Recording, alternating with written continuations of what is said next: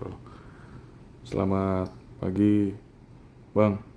Bang, mohon izin ini ada perkembangan terbaru tentang judi online, di mana kasus judi online tersebut sudah menyangkut tentang di mana ada 1.000 orang yang melakukan kasus judi dari mulai tingkat daerah sampai tingkat pusat, terutama aparatur negara. Kira-kira komentarnya gimana sih, Bang? Baik, terima kasih untuk rekan-rekan media. Jadi begini ya, saya awali dari pertama dulu masalah tentang pengertian judi ya. Dari zaman dahulu kan judi ini sudah terus terjadi, sulit untuk diberantas. Itu dikatakan dari zaman bala, ini namanya molimo tuh, ya maksiat, minuman keras, judi. Ini sangat sulit untuk diberantas. Namun bukan berarti kita membiarkan. Minimal itu kita meminimais perkembangan dan perjalanannya. Karena apa? Dalam sepanjang sejarah namanya judi ini tidak akan pernah mensejahterakan rakyat. Tidak pernah akan memperkaya orang. Hebatnya para bandar-bandar judi ini, pertama sekali memberikan iming-iming kepada pelaku, ya. Sehingga mereka tuh tergiur untuk melakukan judi tersebut. Nah, di saatnya nanti baru mereka dikuras habis-habisan. Ini yang kadang-kadang tidak disadari oleh kita ya, sebagai pelaku judi tersebut. Apalagi orang-orang awam. Sekarang saya menunjuk kepada hal yang kedua. Sekarang lebih hebat lagi. Kalau dulu kan secara manual. Cara manual melakukan judi, judi koprok, sabung ayam, judi kartu, dan lain sebagainya. Nah, hebatnya sekarang ini sudah menggunakan IT. Ini lebih berbahaya, langsung pencet online langsung jadi. Nah, akibatnya tanpa terasa terkuras semua. Apakah dengan judi bolanya menggunakan online, tapi dilakukan. Dan bahkan menurut informasi yang sudah disadur oleh PPATK, untuk tahun ini saya sudah kurang lebih 600 triliun, sangat luar biasa. Dalam artian sudah 1/4 APBN loh, gila kan itu. Nah, kok sampai sejauh ini kok tidak pernah terendus? Kan itu yang jadi masalah sekarang. Kok tidak pernah terendus? Kalau saya mengatakan bukan tidak pernah terendus, tahu, tapi sepertinya terjadi pembiaran. Kenapa terjadi pembiaran? Karena sepertinya seolah-olah ini kayaknya hanya permainan IT aja, padahal sudah menguras harta benda orang lain. Ini yang tanpa disadari oleh kita, termasuk kepada aparatur negara yang terkait di dalamnya. Apakah itu dari pihak kepolisian, pemerintah daerah, atau dari Kominfo. Ini harus betul-betul kita bertanggung jawab tentang hal ini. Nah, sekarang dari saduran dari hasil sidik daripada pihak kepolisian, terdapat di beberapa daerah yang jumlahnya sudah cukup signifikan dengan menghasilkan uang yang sudah gila-gilaan. Bahkan tempat servernya pun lengkap semua. Ya. Di Semarang contohnya, hasil di sini sudah terjadi. Menurut informasinya di Jawa Barat juga besar sekali. Nah, ini kok bisa jebol seperti ini? Siapa yang bermain di dalamnya? Kalau para bandar udah jelas. Terus kenapa tidak bisa diantisipasi oleh aparat yang terkait?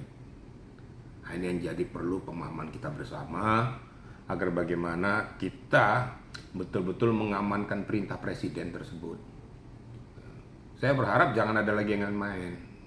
Baik itu dari pihak Kominfo, pusat data, kepolisian, pemerintah daerah, itu semuanya harus berperan. Kalau kita hanya berperan dari kepolisian, sulit juga. Harus berperan secara komprehensif. Jadi jangan hanya menyalahkan satu instansi saja, tapi semuanya kita harus berperan aktif. Nah, itu perlunya kira-kira perintah presiden itu yang dikatakan apabila terjadi lagi berantas habis. Sampai saya mendengar masalah bansos. Bansos tidak perlu diberikan maksudnya kepada para penjudi-penjudi tersebut. Karena bansos itu hanya digunakan untuk mesejahterakan rakyat yang membutuhkan uluran tangan pemerintah. Tapi kalau uluran tangan pemerintahnya dimanfaatkan untuk judi, ya nggak bener dong. Ya nggak perlu dikasih lagi. Kira-kira begitu ya. Ya, oke. Bang, ada nggak sih Bang perbedaan antara kayak judi online dengan trading Bang? Mungkin Abang sebagai pemerhati hukum bisa Ya menjelaskannya Bang? beda tipis lah gitu kan. Itu kan dengan menarik pemerhati untuk mengikuti aturan mainnya. Cuma kan versinya berbeda gitu loh. Semuanya itu menarik keuntungan, memberikan iming-iming para pelanggannya supaya mengikuti apa yang dilakukan. Tapi sebenarnya beda-beda tipis saja. Emang kayak jangan mau percaya seperti kayak gitu trading apakah sudah disetujui OJK segala macem dan lain sebagainya. Tinggal kita itu menelaah. Kan ada hal-hal yang resmi. Makanya saya katakan tadi trading contohnya memberikan iming-iming sangat luar biasa pengembangan daripada hasil yang kita setorkan atau tiba-tiba udah lewat uang kita semua. Nah ini kadang-kadang susahnya ya, makanya perlunya kecermatan pemerintah menspesifikasikan permasalahan ini. Kalau bagi saya pribadi ini kan sudah ada bank-bank resmi kita, sudah ada koperasi resmi kita yang betul-betul dilindungi dan diperhatikan serta dicermati dan diawasi oleh OJK, oleh pemerintah, oleh BI. Itu aja berdayakan. Jangan mau lagi kita itu terpengaruh dengan keuntungan yang instan. Keuntungan yang instan biasanya akan menjatuhkan, akan memporak-porandakan kehidupan manusia. Itu kira-kira. Oke. Bang, haruskah diperlukan regulasi untuk menyadur atau menseleksi para pelaku judi online tersebut, dan apabila ada pihak-pihak yang atau aparatur negara atau ASN yang sebagai pelakunya tuh gimana tuh Bang? Jadi gini ya, maksudnya saya udah ngerti masalah regulasi akan dimunculkan gitu ya. Sebenarnya dari dulu kan sudah ada aturan main undang-undang yang tertuang di dalam KUHP secara material ya, yang menyangkut tentang masalah judi, perjudian dari dulu memang dilarang oleh pemerintah. Tapi dulu ya itu berlaku secara manual ya. Saya katakan tadi ya, judi koprok, sabung ayam, judi kartu, judi bola dan lain sebagainya. Nah, sekarang itu lebih hebat lagi, bisa menggunakan IT. Dengan IT kita langsung depan kamera kita sudah bisa bermain langsung. Tinggal kita mau pasang berapa, kemudian nanti keuntungannya berapa sudah tertera di situ. Padahal semua itu bullshit semua. Ya. Semua itu menyengsarakan. Nah untuk itu, saya paham maksudnya itu lebih dispesifikkan lagi. Dimunculkan regulasi tentang perjudian, lebih dispesifikkan karena mengikuti perkembangan ilmu pengetahuan dan teknologi. Ya. Termasuk itu judi online. Nah, kita mengkait kepada para aparatur pemerintahan, apakah itu dari penegak hukum, apakah itu daripada aparat pemerintah daerah, apakah itu dari Kominfo, apakah itu dari pusat data, ya harus betul-betul melakukan sinergitas untuk memberantas ini semua, menutup jalur-jalur ini supaya tidak terjadi lagi, blokir semua server-servernya, blokir yang menyangkut kepada ini, khusus para bandar-bandarnya habisi aja, nggak usah ampunan lagi. Jadi kan udah terbukti ada yang sampai membakar suaminya, ya polisi pula lagi itu. Bahkan ada juga oknum, saya katakan oknum terlibat bermain judi juga. Semua lah dari segala lapisan aparat itu, dia tahu itu salah tapi dia juga terlibat di dalamnya. Yang lebih ironisnya, ada bagi hasil pula lagi itu loh, suap, setoran. Ini diharapkan kepada pimpinan instansi yang bersangkutan, instansi manapun itu, saya nggak mau nyebut ya, tapi yang berkaitan, yang ada relevansinya, itu betul-betul turun ngecek, nge-grip bawahnya jangan sampai terlibat di dalamnya.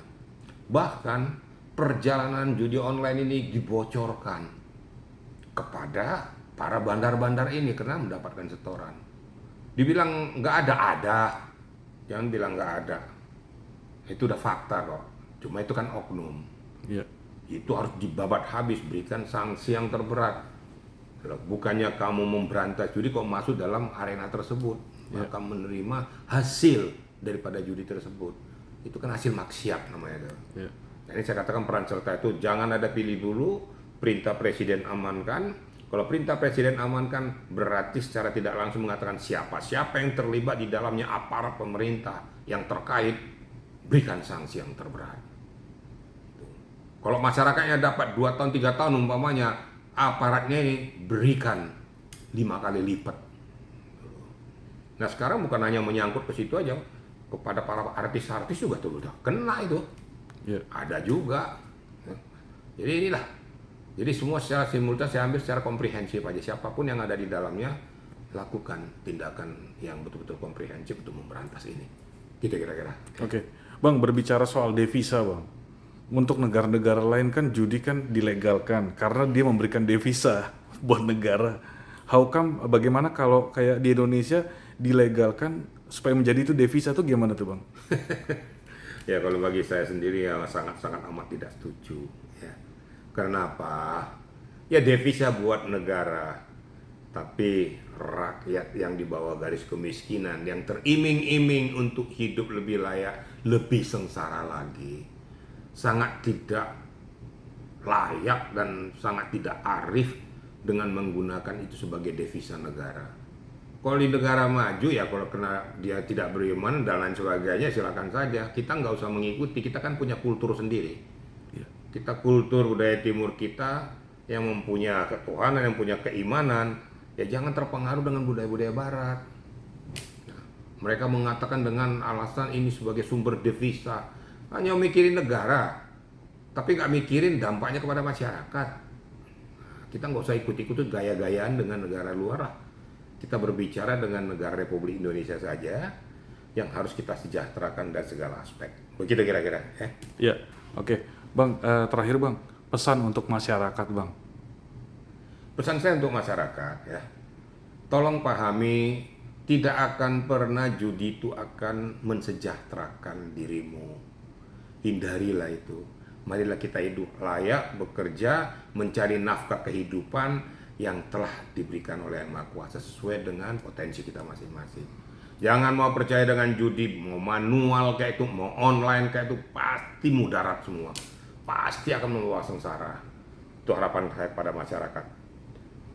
Tentunya supaya mereka tidak mempunyai kesempatan karena mereka awam hukum, lah itu saya katakan tadi aparat terkait juga akan memberantas ini.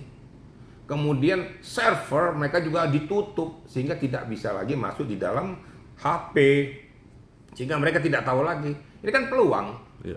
Peluang mudarat dilakukan pada masyarakat yang nggak ngerti dengan iming-iming macam-macam. Ya. Tentu bekerja sama antara bandar dan lain sebagainya. Dampaknya siapa? Goalnya itu masyarakat yang sengsara semua. Ya. Sudah terbukti banyak tuh akibatnya bunuh diri, Ya. akibatnya membakar suaminya, akibatnya ngutang, segala macam stres. Apakah ini membawa dampak positif? Apakah ini disebutkan devisa negara? Ya enggak lagi. Ya. Gitu kira-kira itu harapan saya kepada masyarakat. Mudah-mudahan apa yang menjadi cetusan perintah daripada pimpinan tertinggi di Republik Indonesia ini didengarkan oleh seluruh instansi yang terkait di dalamnya. Sama-sama kita berantas, sama-sama kita betul-betul lakukan tindakan-tindakan komprehensif. Tentunya dari segi agama diberikan pemahaman melalui apakah itu masjid, gereja, melalui pura dan lain sebagainya, bahwa itu tidak layak dan jangan diikuti. Itu mungkin pesan saya kepada seluruh masyarakat setempat. Terima kasih. Oke, terima kasih Bang. Terima kasih.